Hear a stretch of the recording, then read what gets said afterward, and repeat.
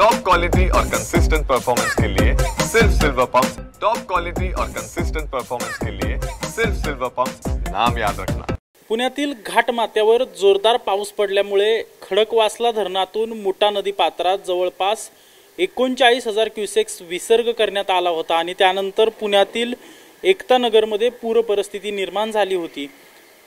मी ज्या इमारतीच्या पार्किंगमध्ये उभा आहे त्या इमारतीसह आणखी 3 इमारतींच्या पार्किंगमध्ये पाणी भरल्याचं चित्र पाहायला मिळत होतं। मात्र गेल्या 2 दिवसांपासून पावसाने उसंत घेतलेली आहे, त्यामुळे खडकवासला धरणात जो पाण्याचा येवा होतोय तो देखील कमी प्रमाणात झालेला आहे। त्यामुळे पाटबंधारे विभागाकडून मुठा नदी पात्रात जो विसर्ग सुरू होता तो टप्प्याटप्प्याने कमी करण्यात आलेला आहे। सद्यस्थितीला 12,000 क्युसेक वेगाने मुठा नदी पात्रात विसर्ग सुरू आहे, त्यामुळे एकता नगर भागातील नागरिकांना दिलासा भेटलेला आहे। खरं तर जे पार्किंगमध्ये पाणी साठलेलं होतं आणि या ठिकाणी जी पूर परिस्थिती निर्माण झाली होती ती आता कुठेतरी पूर्वपदावर आपण आल्याचं पाहतोय। पार्किंगमधील पाणी जे आहे ते पूर्णपणे निघालेलं आहे। आता महापालिकेच्या वतीने या ठिकाणी स्वच्छता अभियान राबवलं जाईल, या भागातील सगळी स्वच्छता केली जाईल, रोगराई पसरू नये याची देखील महापालिकेकडून काळजी घेतली जाणार आहे।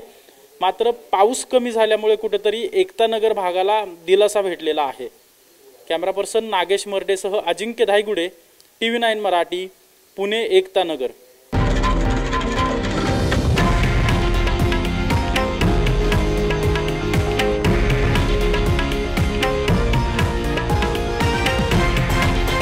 हे आहे देशातील नंबर 1 न्यूज नेटवर्क आणि आपण पाहत आहात TV9 मराठी, एकमेव।